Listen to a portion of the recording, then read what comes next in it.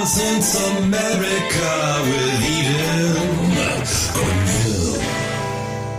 Yeah. Good morning, Common Sense America. I'm Eden Hill. It's Thursday, May the 11th, and you know what? My Zabar's Coffee found me yesterday. They delivered. Yes, thank you, Zabar's New York. Thank you for your coffee. I am wired. I am high on coffee. And I'm so glad that they found our new neighborhood here in Eastern North Carolina. So I am back. I am ready. Let's roll, ladies and gentlemen. We have a very special pre-recorded interview for you this morning with veteran spouse. She is a spouse of a Navy SEAL who served our nation for more than 22 years and who has been denied care by many aspects. She is resilient. She is a warrior, and she is a fellow veteran spouse. And she's going to talk to you, the veteran spouse out there, the veteran, the hidden heroes, the caregivers who are looking for assistance, who may have not found it from the federal government because of the bureaucratic crap and red tape. But I tell you what, she has some private programs she's going to share with you. So I'm going to bring over our pre-record for you. And then in the latter half of the show, we will be hearing from the candidate for United States Senate, who's also known as the Dragon Slayer. Jonathan E. Moore will be joining us in the latter half of the show, talking about Loudoun County, talking about parents, talking about what is happening and the indoctrination and the wokeness in the state of Virginia. You don't want to miss this as well. That will be live. He will be joining us at about 9:35, 9:40 this morning. But without further ado, I want to get right over to this very important special piece with Jennifer Moffat. Jennifer Moffat, she is a Tillman scholar. She is dedicated and advocated for veterans and the NSW community. She's a proud wife of a Navy SEAL veteran for more than 22 years of dedicated service. Jennifer, thank you for joining Common Sense America. Thank you for being with me, and thank you for your friendship. You're just a phenomenal woman. I just adore you. Oh, Eden, I adore you as well, and thank you for having me. Oh, my pleasure. So, we both have a couple things in common. We are both veteran spouses, and we both have been tackling a beast, and that is the Veterans Administration and the caregiver program. And we have experienced things that no veteran should ever have to experience. So as we are in the month of May, honoring our veterans, honoring those who are active duty, let's talk about your story. Let's talk about your husband's story. Let's talk about where this all began. Okay. Well, for us, my husband's story really dates back to starting in 2005. He was injured by an RPG attack in Iraq in 2005. He sustained a traumatic brain injury at the time, but back in that time, we really weren't identifying traumatic brain injuries. In fact, I don't believe we started doing concussion checks in the field until about 2008. He struggled tremendously for a number of years, and I watched his mental and physical health substantially decline. His cognitive abilities also declining over time, and just an increase in frustration. Fast forward to 2012, he attended the Marcus Institute for Brain Health. And it was at that point that we received the diagnosis that he had sustained a traumatic brain injury. And a lot of the issues that he was dealing with and a lot of the mental health conditions that had surfaced were the direct result of that traumatic brain injury. In 2014, he was medically retired from the military after over 22 years of dedicated service in the SEAL teams. And we began our process on the transition and the veteran side of the house. Mm-hmm. That has been a tremendous struggle, a very difficult path, and one I did not expect. Really, I believe when you hit that transition point, you think that it's going to be a new world and it's going to be a really positive thing. We're going to move past the military and move on to civilian life. And what we found is we haven't really been able to fully make that transition. My husband has struggled with making that transition both from the military as well as from the battlefield. Mm-hmm. And I think there's a lot of men and women out there that are suffering from similar struggles. We have spent 20 years at war. It's a very long period of time to put this kind of trauma and endurance on these individuals. Mm-hmm. And we're seeing the effects of those now. Mm-hmm. And for 20 years, I sit there and say, my husband and your husband aren't that far apart in age. And for them to be a part of certain war and time periods, and then they come home, they retire, and they're expected to just shut it off like that. That's Mhm. not the way it rolls. It is not the way that it rolls. And in that, we are seeing so many different veterans either have their TBIs, their PTSDs, guilt, survivor's guilt. Mm-hmm. And then we have the 22 suicides a day. Yes, it is an epidemic in our community. It really and is. one that needs to be addressed. We're not doing enough. No, we're not. We're not. As veteran spouses, from one veteran spouse to another, we were introduced because of a mutual friend who is a retired Navy officer. And she instantly saw a connection between the two of us because she knew I was studying through the REACH program with the VA caregiver program.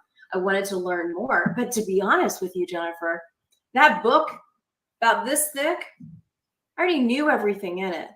Mm-hmm. The VA was basically checking a box. Yes, I find that occurs often. It does. So I want to talk to the caregiver piece. You have been going through so many different aspects in this journey of your husband's health. And Yes. you sent an article to me, an op-ed, and you really became very vulnerable in this op-ed. Talk to me about that moment when you were seeking assistance from the VA caregiver program. What happened in that moment? That moment was very scary. I was worried for my husband. I was worried for my entire family. His mental health had deteriorated substantially. It seemed as though the medications that he was being provided were making him worse, not better. Right. And he just was not getting the adequate care that he really needed. He started acting very strangely, and I could tell that something more was going on. Mm-hmm. I took him to the VA Medical Center or the outpatient clinic there, and in desperate hope of just finding somebody to help me because I was extremely scared for his safety. Mm-hmm. What happened there, he did end up having an episode and had to be admitted into the emergency room. At that point, he was transported and sent to a psychiatric hospital where he was institutionalized for a period of time. It turns out many of the medications that my husband was taking were not helping him. They were actually prompting a lot of these mental health episodes. He was diagnosed with bipolar 1 disorder, and that came he was 45 or 46 years old at that diagnosis point, and it was after he retired. They have since connected that as the direct result of his traumatic brain injury. But I do believe that component has been missed and continues to be missed for a number of other veterans because it had such a late onset for him, because it wasn't something that developed naturally over the course of his late teenage years and into his early 20s. Right. That onset didn't come until his mid 40s. And so the doctors really weren't looking for it. Mm-hmm. And typical diagnosis and treatment options that I found with PTS and with depression and anxiety is to prescribe anti-anxiety medication. Right. Prescribing that to somebody with bipolar disorder without coupling that with a mood stabilizer is what prompts and can prompt these manic episodes.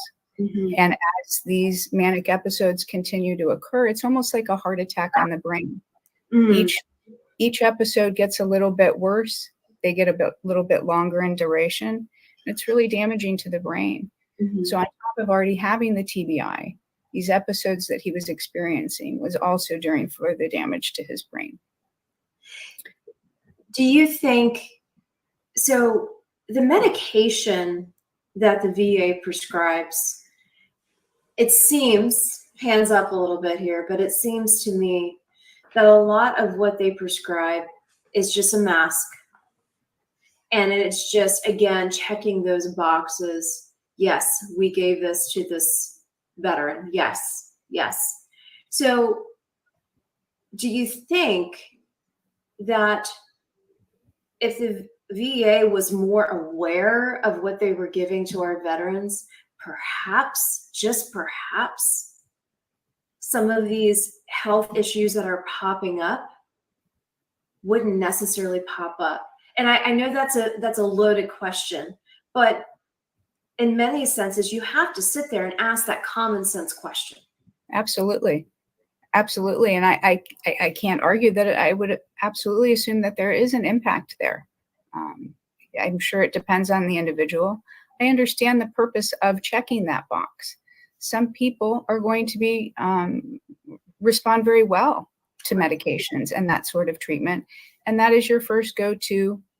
But if that isn't working and you're noticing these other things, right, looking deeper into that is where I feel like the disconnect is. Mm-hmm. And I know within the VA system, particularly, that continuity of care is a component that's missing. Yeah. You have some doctors, some nurses and physicians that are there for an extended period of time, but so many of them are moving around. They're not consistent as far as seeing the same patients. Mm-hmm. And so particularly when you're dealing with mental health conditions, that continuity of care is so important. Mm-hmm. It's really difficult for the veteran to relive all of that and to bring all of that forward to a doctor, to a therapist initially, but to have to keep revisiting that and tell the same story over and over because it's a new doctor, a new therapist. I think that we lose a lot of people who might have been really committed to their recovery and treatment, be really frustrated and lose that momentum for that. Right. And become discouraged. Where in this time period have you been able to get help? Where have you been able to get resources? Has the VA helped you at all?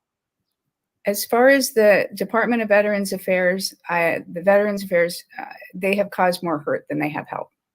And I am very sad to say that. I was hopefully optimistic, particularly with my husband's service record, that his injuries and ailments would not be questioned. His service record reflects that those injuries would be a normal result of his 22 years as a Navy SEAL. But I do, and I'm sorry, Eden, I've lost my thought there. No, you're fine. You're fine. We were basically, from the caregiver standpoint, what has been your support, your foundation to your support, knowing that you were very hopeful that the VA would do something to assist your husband? In fact, when I discovered the program, I had a sense of relief. It was a program that I didn't know about its existence. And this is the caregiver program? The caregiver program. I stumbled upon it by chance, which in and of itself is a bit frustrating for me, considering that my husband went through the medical discharge process. Mm-hmm. But once I did discover the program, reading the criteria, it was one of the few resources I found that provided resources for protection and supervision. And that doesn't necessarily mean that somebody is at a risk of suicide. Sometimes that protection from themselves is just from leaving the stove on, not having that cognitive awareness that they once had. Right. It doesn't have to be suicidal ideations. And I think there's a bit of a disconnect there sometimes. That supervision and protection, a lot of it is encouragement. And just always knowing and encouraging that they're doing what they need to be doing, giving those kind words, letting them know that they're not alone, and showing that support, but at the same time, making sure all of their appointments are kept, Yeah. keeping all of their medical necessities in line, while also providing supervision to make sure that they are making good choices for themselves, that they're not putting themselves into dangerous situations just simply because they don't understand it anymore. They don't have that awareness that they once had. Mm-hmm. What has been the time period from the beginning to current of your husband's decline, if you will, and where you saw it way before the VA saw it, and you were taking action where no one else is going to? I think that really started before he was retired.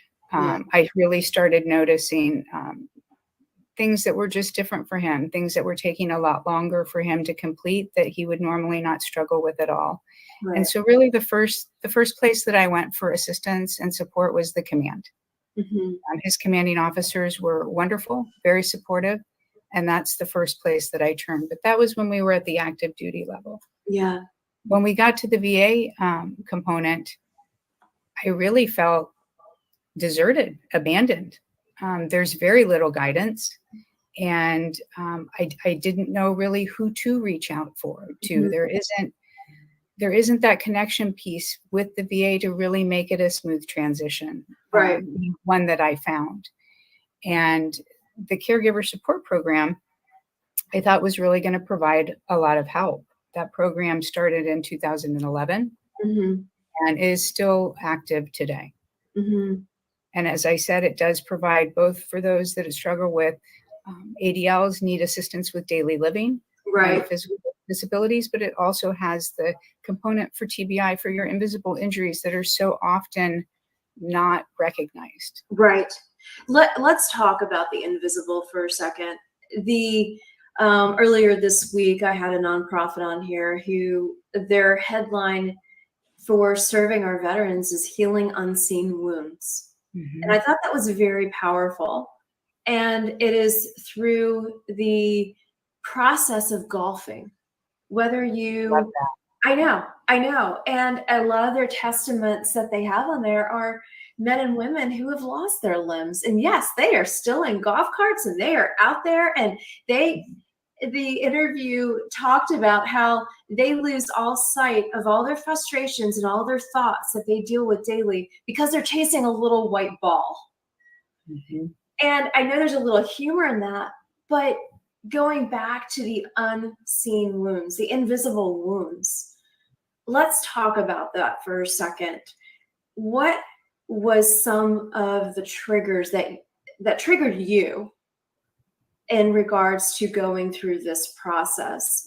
And what would be some advice that you could give to veteran spouses out there who may not necessarily be in a caregiver role yet, but where they're like, oh, wait a second, I just saw that trigger. Do I need to do something?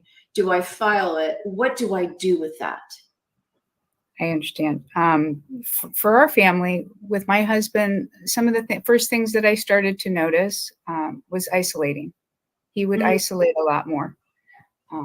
Times that he would normally maybe spend with family, he was spending a bit more time by himself and sitting on the patio alone, watching TV alone. The work days would get longer. I did figure out later that's because his tasks on the computer and whatnot were taking him longer. Those cognitive abilities were declining and things were taking him longer, and that was leading to a lot of frustration. Mm-hmm. I noticed an increase in his drinking. Hmm. And I noticed that with a lot of people that struggle, that it's a form of self-medicating. Yeah. And so when they are noticing that something is going on, they may not be able to verbalize it. They may not even be able to identify it. But Right. what they feel is uncomfortable. And so I did notice an increase in the substance abuse with alcohol. Mm-hmm. And that is a slippery slope for Mm-hmm. people to really watch, because that numbing really does become addictive. Mm-hmm. That escape becomes addictive, not just the alcohol itself, but what it's providing for you. So it says a couple triggers, just to reiterate: the isolation Yes. and the alcohol aspect, and also the process in which things are done. Yes. So as you were saying, things were becoming a little bit longer through the workday for him. So yes. triggers to look out for for a veteran spouse, whether you are a new veteran spouse, whether you have been around your husband for many years and you know what makes them tick. So my question to you now is the caregiver program that you had applied for. You had said to me in an offline conversation, a high percentage of those who are denied this program. Yes. Yeah, can you talk to that? Yeah. Sure. And I will admit, in full disclosure, that some of my percentages are now a little bit probably off. We had a pause on all discharges from that program that was set through Congress. Mm-hmm. So I know we have more participation because there is a pause on discharges from the program. Mm-hmm. But generally speaking, the program's acceptance rate or denial rate runs at about 87%. That is very high considering the amount of veterans that we have in this nation. That is Correct. extremely high.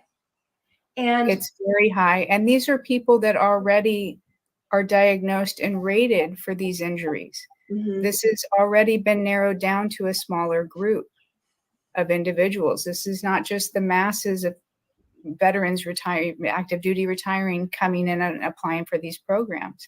Mm-hmm. It's very specific for people who require certain needs. Mm-hmm. And so to have that 87% denial rate, it's very discouraging. Mm-hmm. This is not something that I was aware of when we first applied. It perhaps would have tempered my excitement for acceptance into the program, but I was very much unaware of that. Reading through the criteria, there was not any doubt in my mind that we would qualify for the program. Mm-hmm. His doctors were very supportive, wrote very lengthy, detailed nexus letters for the program, supporting his acceptance and need for that. So it was very surprising.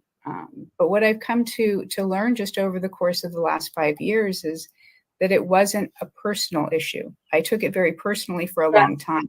Yes. But this is a systemic issue. This is across the board that we have this 87% denial rate. And this program has had just an onslaught of ongoing problems, whistleblowers coming forward, bringing information forward. Veterans' records have been misused. False information has been put in them.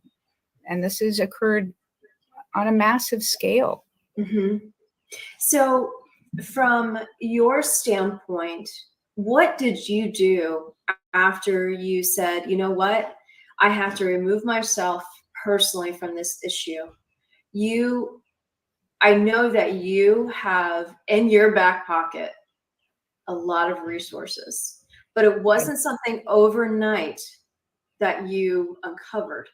It was years and years of research, getting your voice out there, of conviction, of, can I say, desperation? Yes. And what did you bring yourself to say, okay, this is not going to happen for us, but I am going to make sure that this does happen? What was that in between? What was that bridge to that next point for you? Originally in the program, and this has since changed since we had the Boudreaux decision, which was a caregiver and her veteran husband that brought forward a case against the VA for them dropping them from the program. Mm-hmm. And the end result was a class action lawsuit. Mm-hmm. Originally, the program did not allow veterans and caregivers to apply to the VBA side of the VA of the Department of Veterans Affairs. It's split into two. You have your VHA side, your Veterans Health Administration, Right. and then you have your VBA, your Veterans Benefits Administration. Right. They're separate entities. Typically, all claims for benefits come through the Veterans Benefits Administration. But this particular program, the way that they have worded the legislation, it is considered a medical determination, and therefore it is to remain within the Veterans Health Administration, and it does not follow the normal appellate process that one would have. It follows an internal appellate process that is, it's very obscure. You don't ever get to talk to anybody. You don't know that your information has ever been reviewed. Right. It's just a very bureaucratic system that you don't really ever seem to get anywhere. Right. As a result of the Boudreaux decision, every veteran who has applied for this program and been denied or revoked now has the ability to reapply to the board, Right. to the VBA, to have that case reviewed. A lot of what I discovered over the last 5 years are hidden in files that we don't see. Yeah. There's a file within the VA called the Karma file. This file used to be the CATS and PATS file, which was the Caregiver Application Tracking System and the Patient Advocate Tracking System, I believe were the acronyms for those two programs that have now been merged in October of 2020 into the Karma system. This is an internal system that the VA keeps, and it is only available by FOIA request, but it is within that system that I found all kinds of misinformation that had been inputted by the caregiver support staff about my husband, about his injuries, that was categorically false without any evidence whatsoever to back it up. And none of it was inputted by a physician, a doctor, anyone treating him. It was by the social worker that had been assigned to our case. But not anyone who ever met my husband. I don't even believe she had ever spoken with my husband other than to gain his permission to work with me. But why? The only explanation I've been able to come to after all of these years is that it is a way of spoiling evidence. It is a way of planting evidence that they can later cite to go back and use as reason for denying veterans, reason for denying them this program. And most people aren't aware that this file exists. These aren't things you're going to find in your blue button medical report on My Healthy eVet. These are within, and they're very ambiguous with the program. When you receive a program denial, I know our letters would say, oh, you didn't qualify in category 1, 3, and 5, but they don't tell you what those categories involved or what the requirements are to qualify within those categories. It's very ambiguous, and that makes it really difficult for the veteran and the caregiver of how to go about navigating this system. And most are not successful. As I shared, only about 13% of veterans and caregivers are actually successful in gaining acceptance into the program. You know, I was watching something where it was dealing with the veteran caregiver program, and it talked to the fact that they're going to deny, like you cited, and they expect that caregiver or that veteran to not appeal because so burned out, they're exhausted on being whipped and in the spin cycle of the bureaucrat system. I didn't say bureaucrat, I said bureaucrat. I like that. You know why? Because it is, you know. That's what it is. They are doing that to our veteran community. And when is it going to stop? Where do we say the buck stops here? So these veterans can get this help. And the thing is, you have built this bridge for your husband and for your SEAL community in California. And the resources that you have researched and have made your own is huge. But what do we say to the veterans and the caregivers and the spouses who are saying, but I don't have access to that. I don't have access to this. I'm about to give up. What do you say to them knowing that you have walked this journey and sometimes you wonder if the light was even at the end of the tunnel? I would say don't give up. Definitely don't give up. The resources are there. There's a lot more resources there now than when my husband retired in 2014. Finding these resources is more of a challenge. Many of them you can find through a Google search. Community organizations that support your specific military community. For us, it was NSW. So really just reaching out to leadership, other spouses, trying to just gain information from other people around me to find out what those resources were and build out this list and try to present it and promote it to as many people as I possibly can. Just getting that resource component. When we're armed with tools, we're able to do a lot more. And as caregivers, we're often that lighthouse, guiding the way for everybody else in the family, including the veteran. So having those resources, those tools of support could not be more important when you're coming out of the military. That transition, we become very accustomed to the command helping, that command being there and turning to them for our needs. And when that is absent, and the resource that you have to turn to, the main one is the Department of Veterans Affairs, it's not the most fulfilling end result. Right.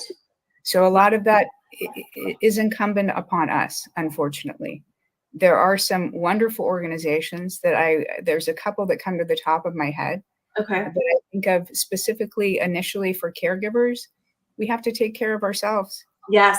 We have to refill that well. And there are organizations that support spouses. Operation Healing Forces is one that I'd really like to give a shout out to. They're dedicated to providing retreats for caregivers and beautiful locations to spend some time decompressing and getting to know other caregivers that are in similar positions and just taking some time for yourself to refill that well. That's one organization and one resource I recommend to everybody to look up and reach out to them. Look at their different retreat options because they can be very healing. The Marcus Institute for Brain Health is a similar model to that of NICO. NICO was the National Intrepid Center of Excellence. We have one in Bethesda that is connected to Walter Reed. We also have one here at Camp Pendleton for the NICO West. The Marcus Institute is on the veteran side of the house, but they are going to give a really good assessment of everything that is going on underneath, all of those invisible injuries that are going on. And you have a team of doctors there to work with the veteran and uncover all of that, find appropriate treatment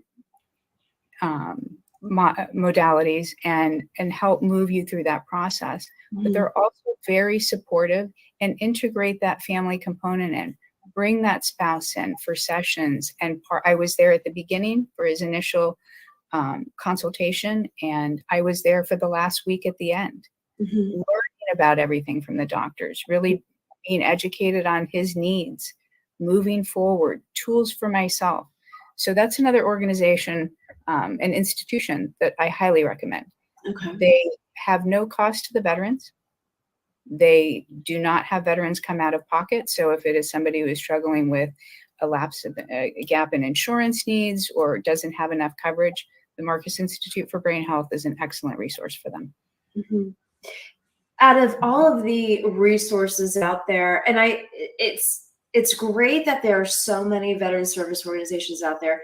You got the Gary Sinise Foundation, you got Hope for the Warriors, you have Wounded Warrior Project, but it can become so overwhelming. It really can. To the veteran, to the spouse, and hearing about, this Fairways for Warriors. And I had never heard of that before. And I thought, oh, wow, what a great idea. And they are national, but they're local. Yes. That makes sense.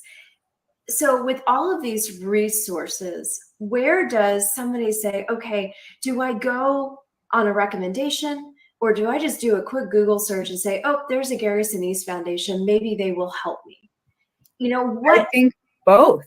You think both? I think both.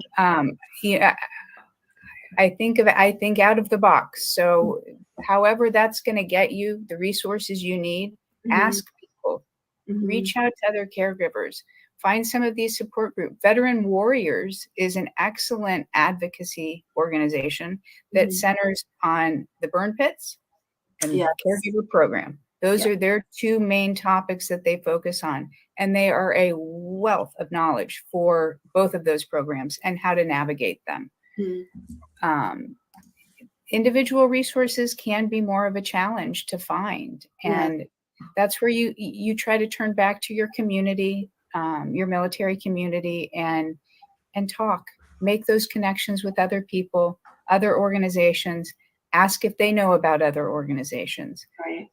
And really that's how I started, just finding out and working my way through that process. Yeah. But I recognize it's not an easy process. Yeah. And as caregivers, we're already fairly inundated and buried with all of the demands that are placed on us as it is. To take something else on can be a lot, and we don't always have that time, but it can provide tremendous benefit for us as the caregivers to find and search out those resources and use them, use the tools.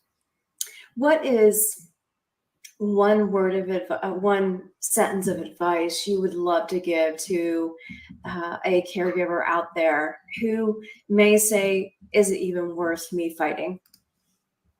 Because so many, I think, are at a point where they are struggling to say, okay, what's the next thing?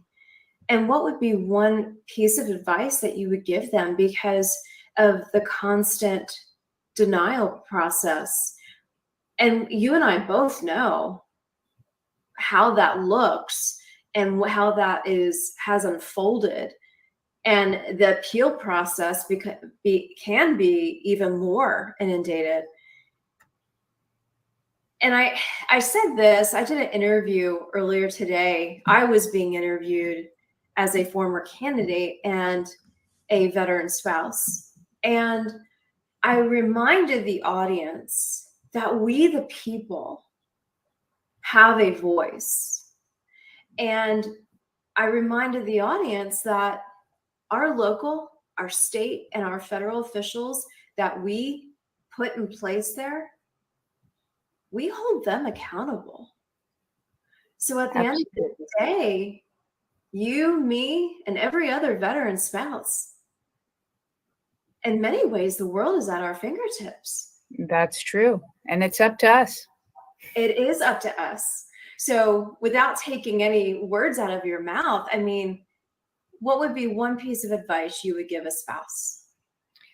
At this point in the process, because the process for the caregiver support program has changed substantially over the last 5 years that I have been involved with this program, I wouldn't give up now. Right.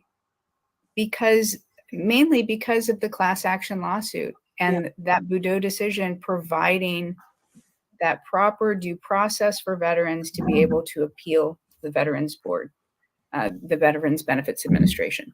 That component was something I argued and fought about with legislators for years, that this needed to change. This is the component that's missing, that if people have access to this, it may be a long time. We know that the VBA is not the fastest entity as far as putting out decisions. Right. But I do feel like you're going to have a fairer look coming from the VBA than my experience with the VHA. I personally do not have much faith in the typical appellate process with the caregiver program, nor the application process. My faith now comes from the Veterans Benefits Administration and the veteran and caregiver having access for that review now, that judicial review. As we head into Memorial Day, as we head into the summer, we have July 4th, and then we have November with Veterans Day. We have so many different patriotic holidays, but also it can be hard on the veteran, the family, depending on what they're being surrounded with, especially as we head into Memorial Day. Do you have any words of advice in the process that every year it comes around. A lot of families do their picnics and they gather together, but then you have the other side. Mm-hmm. What would be your advice to the spouse who needs a little bit of extra comfort during that time period when they see what continues to happen? Be patient, find that place of empathy, because what can be very celebratory times for other people can be really traumatic times for others. The 4th of July fireworks I think about, and it's beautiful for so many, but it can prompt flashbacks and really of traumatic experiences for others. So be patient, and don't try to conform to any idea that you have to be celebrating something in a certain way. Be true to you, be true to the veteran of what their need is at that time. And what it may be this year is probably going to evolve as it does. The typical trajectory for invisible injuries is different. When you have a typical injury, you break your arm or your leg, Right. you have a recovery trajectory that, goes in a certain direction.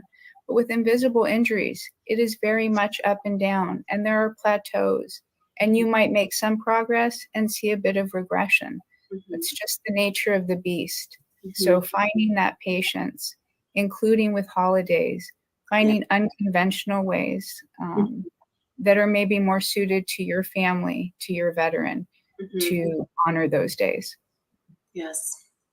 Well, Jennifer Moffat, I am going to bring you back because we have so much more to talk about.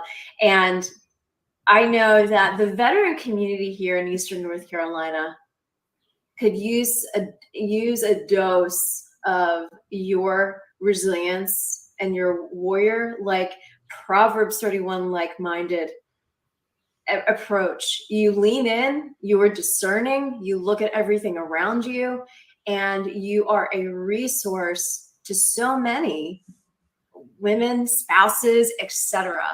And so I'm excited to bring you back because I know you have more coming down the pike, especially as we get this resource list together for so many veteran spouses out there who may be looking for an additional dose of injection of love and hope and support. So I look forward to having you back. And thank you for your service. And you are a Tillman Scholar, and I want everybody to go check out the website that hosts your bio. You are a dedicated advocate for our veterans. You are a proud wife of a Navy SEAL. Thank you to your husband and your family, and to the whole California military community out there. We thank you and we honor you. And what a powerful interview with Jennifer Moffat. So I would love, if you have a chance, I have posted quite a bit of resources. If you are tuning in live right now, or if you are tuning in after the episode has been aired today, this morning, go over to the YouTube channel, Common Sense America with Eden Hill, or follow me on Instagram, LinkedIn, Twitter, Facebook, all of your social sites. We are there, and we are posting right now a bunch of different resources that Jennifer provided to me when we first met. And I'm just grateful for what she is doing in the veteran community, in the spouse community. And so if you look at, I'm going to highlight right now, we have Operation Healing Forces is one that she recommended. We have the Hope Project. And we also have Salute to Recovery. So if you have a chance, and if you don't worry about writing these notes down, hop over to Facebook or my YouTube channel. You will see in the comments section these links to these different organizations. Also, if something struck you during the conversation, but you want to talk about it privately, feel free to message me privately on Facebook Messenger. I check it daily, and I would love to correspond with you. If you have questions for Jennifer Moffat, feel free, reach out, send me some questions. I know that she would take them and receive them and definitely share her wisdom. I tell you what, she is a warrior. I am so proud of this phenomenal woman. So If you have any questions, don't hesitate to reach out. We're going to take a quick break, and then we're going to bring over to the show Jonathan Emord. He is a candidate for United States Senate. I tell you what, they nicknamed him the Dragon Slayer. He's a constitutional law attorney. He is the author of The Authoritarians. And I tell you what, he is really out on the front lines fighting for our parents, the parental rights, fighting to make sure that our government does not live in an authoritarian mentality. And just last night, he hosted an education forum talking about the battlegrounds of Loudoun and Fairfax County and what's happening in the schools there. So we're going to take a quick break and we'll bring him right over to the show. Thanks for joining Common Sense America this morning. We'll be right back.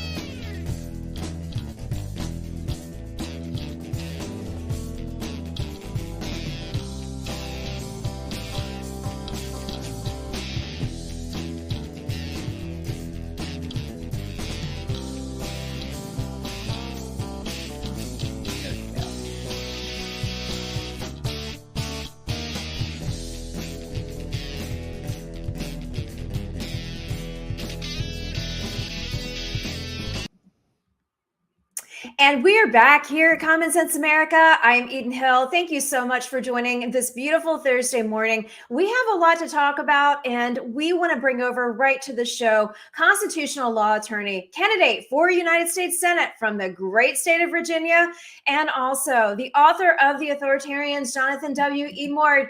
Good morning, sir. How are you? Morning. I'm fine. How are you doing? Good. So I hear a lot happened in Loudoun County and Fairfax County last night. What is going on? Well, there is a terrorist group operating in Loudoun County, and they call themselves the Love Warriors, the Loudoun Love Warriors. Anyway, they're an online group that one of the members became disheartened when he or she discovered that they were advocating acts of violence, murder, and intimidation against parents in Loudoun County for protesting, exercising their First Amendment rights to protest the far left actions of the Loudoun County School Board. So this group actually threatened repeatedly to take acts of violence against these people, individuals in that group. And the whistleblower supplied WJLA TV Channel 7 in Northern Virginia with the transcripts, which basically not transcripts, but the printout of the chat discussions that were Mhm. going on, and thousands of pages revealing the extent of conspiracy among these individuals to take action. And in fact, they did take action. They caused one of the parents, Scott Mineo, to Mhm. lose his job. They intimidated the employer, and the person lost their job. And they also apparently directly or indirectly caused phone calls to be made to the individuals' phones, and threatened them with violence if they didn't discontinue their advocacy. So these all violate the law, of course. These are acts of domestic terrorism, Right. but they actually violate 18 USC Section 241, conspiracy against rights, and Virginia Code Section 24.2-1015, conspiracy against rights of citizens. And these actions, the language that they spoke in and of itself raises a specter because Mhm. they're threatening imminent violence. Right. But then when they took one additional affirmative step in doing that, in the case of Scott Mineo, getting him fired, in the case of these others, calling or having other individuals call, those acts thus, filled the elements Mhm. of the federal and state law. And these are not insignificant laws. They carry with them, each of them carries with them a 10 years maximum sentence, major felonies. So I've called upon the Attorney General of the United States, Merrick Garland, and also the Attorney Right. General, Jason Mayoris, to take action here. In the case of Mayoris, there are two things that need to be done. Mhm. Is to investigate this department, because let me tell you, Buddha Bibarej, who's a Soros-backed prosecutor, non-incarceration, anti-incarceration person, who is obviously engaged in obstruction of justice for doing that. It's one of her campaign staffers who was actively involved in all of this, and so she becomes a necessary witness. Mhm. As a result, pressure should be placed upon her to recuse herself and to assign this to another Commonwealth's prosecutor, Commonwealth attorney, prosecute in Virginia. And the Attorney General needs to conduct a thorough investigation of that department of the state government, the Commonwealth's Attorney's Office in Loudoun County, to determine the extent to which Bibarej or Bubarai or whatever her name is, Mhm. and uh, and the staffers are connected or involved in any of these activities, Mhm. because that would warrant legal action against them, and certainly would warrant eliminating them from caseloads that Right. involve actions in defense of the rights of victims such as those who are parents in Loudoun County. So a Well, lot. I was going to ask you when you started talking about Love Warriors, and I instantly wondered if Soros money could be somehow connected, because I wondered who was the underground leader to all of this and who was spearheading this. And my other thought was, are we going to see more Love Warrior groups pop up around the country? Who knows? But I tell you that in this instance, it's an extreme example. It's an opportunity to take action swiftly and make sure that people do not get victimized by this. I mean, these are direct threats of violence, as well as uh, acts of intimidation against Mhm. these people for exercising their constitutional right of freedom of speech. This is a major crime. It's a felony that's significant. 10 years in prison is a maximum Mhm. penalty under this. And it also implicates people like Bibarej, whose Mhm. whole philosophy encourages this sort of thing, because she Right. does not believe in prosecution and incarceration of people, which is, of course, a violation of her oath of office, as well as an example of obstruction of justice, which Mhm. warrants prosecution in and of itself. But um, it invites the Attorney General of Virginia to perform a thorough investigation of that Commonwealth's Attorney's office. And she will become a necessary witness both in criminal and civil cases that protect these parents' rights. The Attorney General of the United States ought to act, because he conversely and erroneously declared the parents to be domestic terrorists effectively, Mhm. threatened FBI investigations of them and so on. Well, a proper use of the FBI would now be to investigate these people who are involved in this Love Warriors group. And why not? Mhm. These people are a threat to the community when they're conspiring in a chat room, to the extent that they even talked about the likelihood of their prosecution, and they were confident that Biberej would not prosecute them, that she's Mhm. an anti-incarceration prosecutor, that they could count on her to protect them by not acting against them or giving them a light sentence. So that this is a lot of willful thought. This is not just a momentary reaction where Right. somebody reaches some absurd thing. Right. Oh, this is repeated, and it's deliberate, and it's evidenced by these chat room discussions, which show deliberation over the possibility of prosecution for the crimes. So it's quite a high degree of conspiracy here. Yeah. And Yeah. then they took steps to effectuate it, Mhm. and that is the big deal. That's the big deal. Last night, I was aware that you had a huge event at your home in Fairfax, and again, it was focusing on education, focusing on what is happening in our nation's schools, and more specifically to the Northern Virginia schools, which you would be representing when you become the next senator from the great state of Virginia. Talk to us a little bit about some of the guests that you had speaking last night, and what was the focus. Obviously, we have so many issues in and around our nation within our school systems. I get messages privately daily from parents saying, this is what's happening with our school boards. This is what's happened to my kid. So, talk to me a little bit about what went on last night, and what's the application for parents who were tuning in? So we had school board candidates. We had candidates for school board at large, for state senate, Hmm.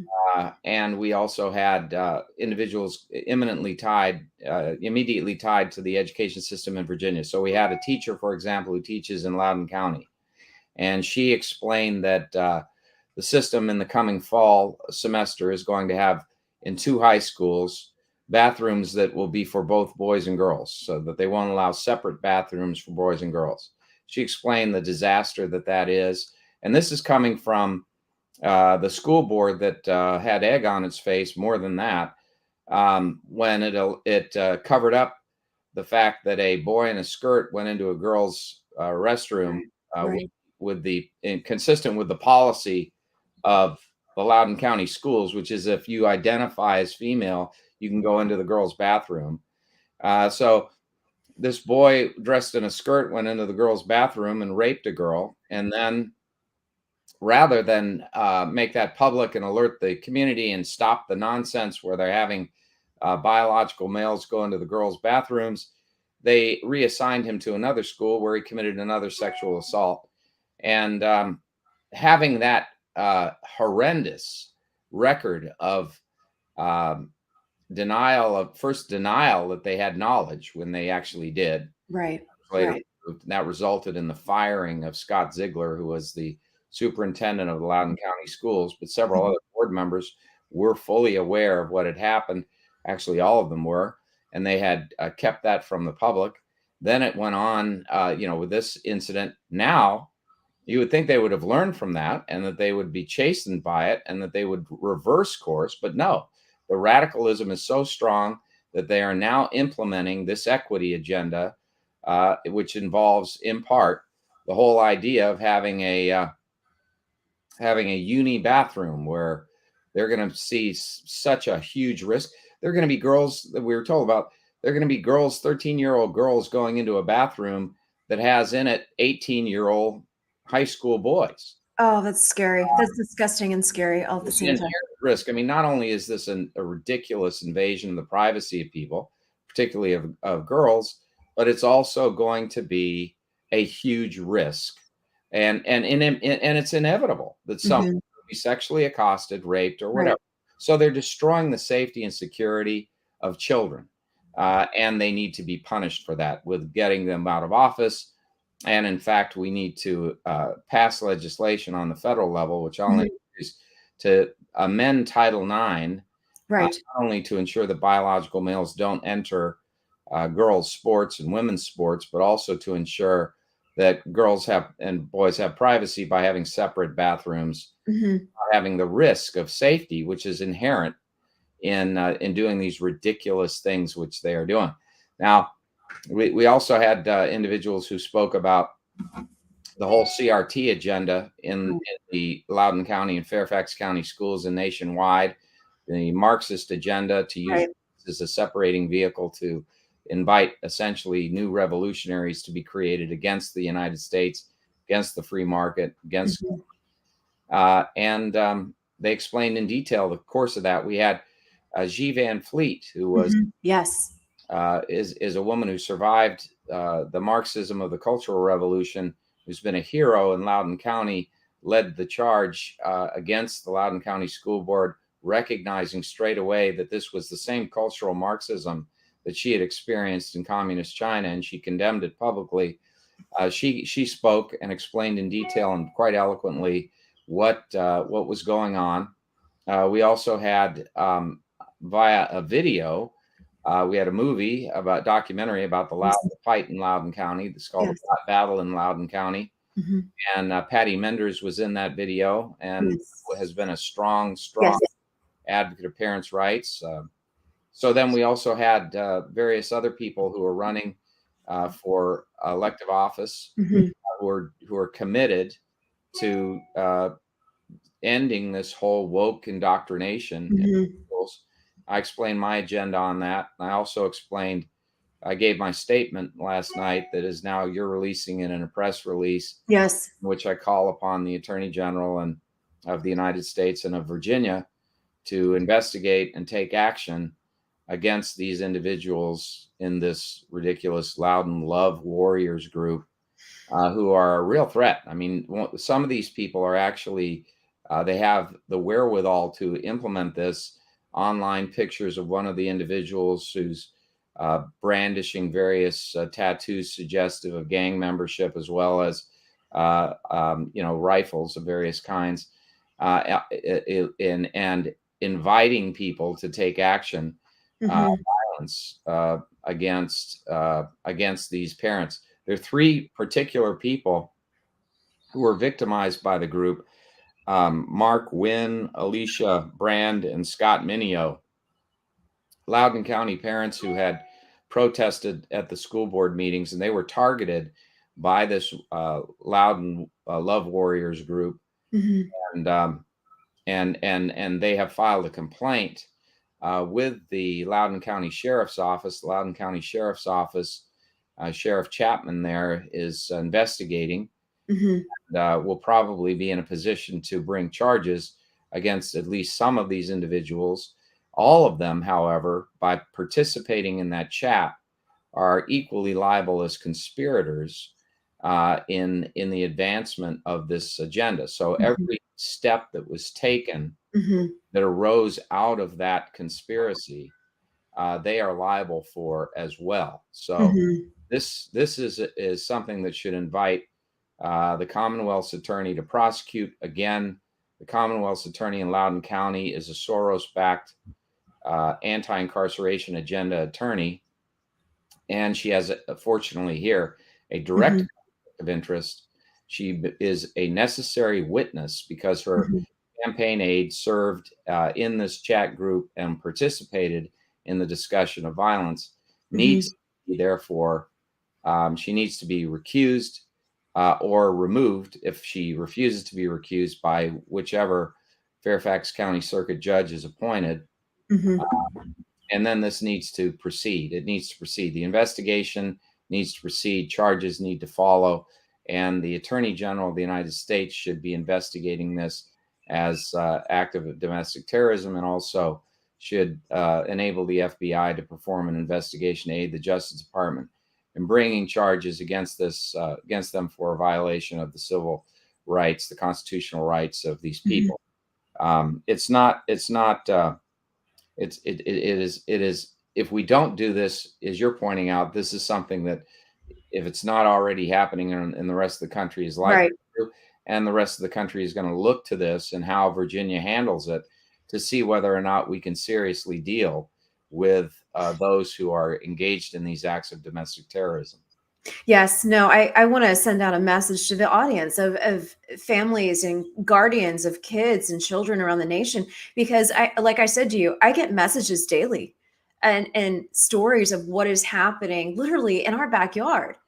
And these parents are just crying out saying, what do we do now? What do we do now?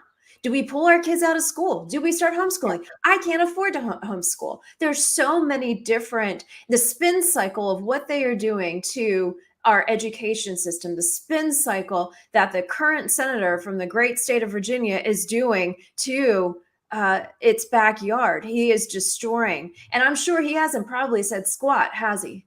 Well, no. And this is a man who stands by as all of this happens and acts as if standing by is okay. Well, no. If you are in the face of evil and you don't act against it, you are complicit in it. And in Right. addition, he has generously stated his support for youth transitioning. And this is nothing more than child abuse. It's an Right. outrageous violation of parents' rights. And he just doesn't mind that parents aren't informed, that children are being encouraged to change, quote unquote, transition. And that's a big lie. It's a fraud being perpetrated on kids. You can't change your biological identity. If you're female, you're female. Even if you mutilate a female's body to make it look like a male, you're Mhm. still a female in the end. And the lie is told to these highly impressionable, innocent children that we should be protecting, certainly not abusing. So when I get into the United States Senate, one of the first things, in fact, the first thing I will do is introduce federal legislation to make it a felony for anyone to aid or cause the transitioning of any person under the age of 18. And in addition, I'm going to enforce the Equal Protection Clause of the Constitution against the schools that receive federal funding that are engaged in critical race theory education, which is nothing more than separating people based on race. And it is racism. It is the very thing that the civil rights laws were designed to prevent. And it's the very thing that the Equal Protection Clause has been used to enforce against. So we will enforce the civil rights laws. We will enforce the Equal Protection Clause. We will audit every entity that receives federal funds to see whether or not they are engaged in these activities. And if they are, we will cut off all federal funding to them. But this is not the ultimate solution. In the end, Mhm. we have to have true school choice.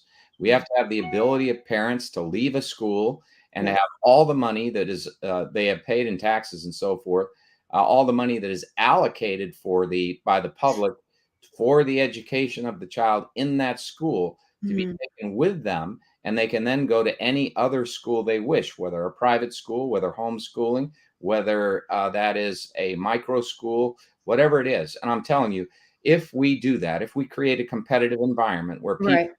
can take their money out of the schools as they leave the school and go wherever they want, we are going to see a massive reduction in the number of people who are attending public schools because they realize this is ruining their kids. Yes. They will save their own children. We can't trust this massive bureaucracy that is so far left from the NEA, the total destruction that's going on. You realize that the Fairfax County school system, that school system has billions of dollars of revenue, billions, and that it is engaged in this massive nonsense. It even paid over $400,000 to Ibram Kendi, who is the advocate of critical race theory, among other things, for the purpose of eliminating meritocracy in the schools and replacing it with an equity agenda where people are advanced based on the color of their skin. Now, this is not going to save our kids. This is going to ruin our kids. Right. It's part of this socialist, really Yes. Marxist agenda. Yes. So, what do we do with an institution like that? Right. Defund it. But the best way to deal with it is to let parents take their money out of it, cut off federal funding to it, and in addition, ensure that those who are engaged in these actions can be individually prosecuted. Teachers, Mhm. others who are aiding and abetting Mhm. the system of child abuse, that they be enabled to be prosecuted. And so what will happen? Well, parents will leave the schools. They'll Right. take their money and they'll go to other schools. They'll do Mhm. homeschooling. They'll go to micro schools. if you leave the Fairfax County schools with the money that they allocate per student, you'd be taking over $17,000 per year with you out of the school system. Wow. You keep doing that in large numbers, what will happen to the Fairfax County schools? Well, for once, they are going to have to change their position that the school can replace parents, and they're going to have to take the position that the schools have to listen to parents because they've got to compete for parents to put the kids in the schools. And that means an end to all this woke nonsense. That means getting back to the basics, teaching reading, writing, and arithmetic, and focusing on encouraging children to understand that in America, anything is possible. Everything is possible. You can achieve. There's no limitation. Your skin color is no barrier to your success. You will be great. And that kind of attitude, to take every child and say to that child, you have a talent. We're going to find it. We're going to work with you to build it. You are going to be the greatest in the world. We're going to make that happen. We're going to be an institution that loves this country, that loves opportunity, and that is going to help you succeed, and to understand that we are a great nation whose history reveals that we overcame racism, that we overcame all of these barriers to success, and that we are fighting diligently for individual liberty and for the greatness of each person. And that's what they should be teaching kids in the schools. Be an environment not of destruction, not of telling kids that they have no hope. They tell children of color now that the nation's systemically racist, and that no matter what they do, no matter what grades they get, no matter how great they are, they're going to fail in America just because of their skin color. That's an absolute lie. It's a lie equal in its gravity to this lie that somehow you can take a biological female and make her into a biological male. And the whole idea of saying to someone, so for example, someone who's a tomboy, who says, I like boys and I like to be in the trees and I like to get out there and be, more engaged in physical activity than a lot of my girlfriends, and then be told by a teacher, well, and this is what they tell them all the time. Well, did you ever consider that you might be a boy? In fact, your gender is fluid. Do you realize that? And they don't focus on the sexual difference. They focus on your preference, right? So then, well, if you think you are a boy, well, maybe you are. And did you ever consider the possibility of becoming a boy? Well, we can tell you that you can have an operation, or you can have puberty blockers or hormones that will help you transition into a boy. What do you think of that?